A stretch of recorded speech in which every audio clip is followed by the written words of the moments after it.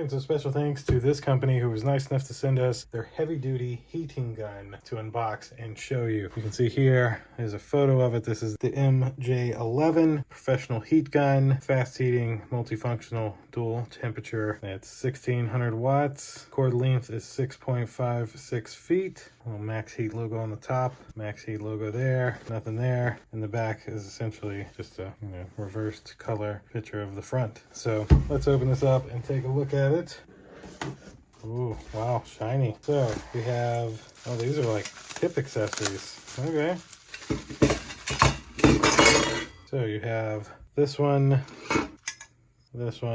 I don't know if that's part of that or not, but I think so. And that one. Wow. Then take out the actual gun. Oh, and then that's it for the box. Nice professional manual. And then this is the heat gun.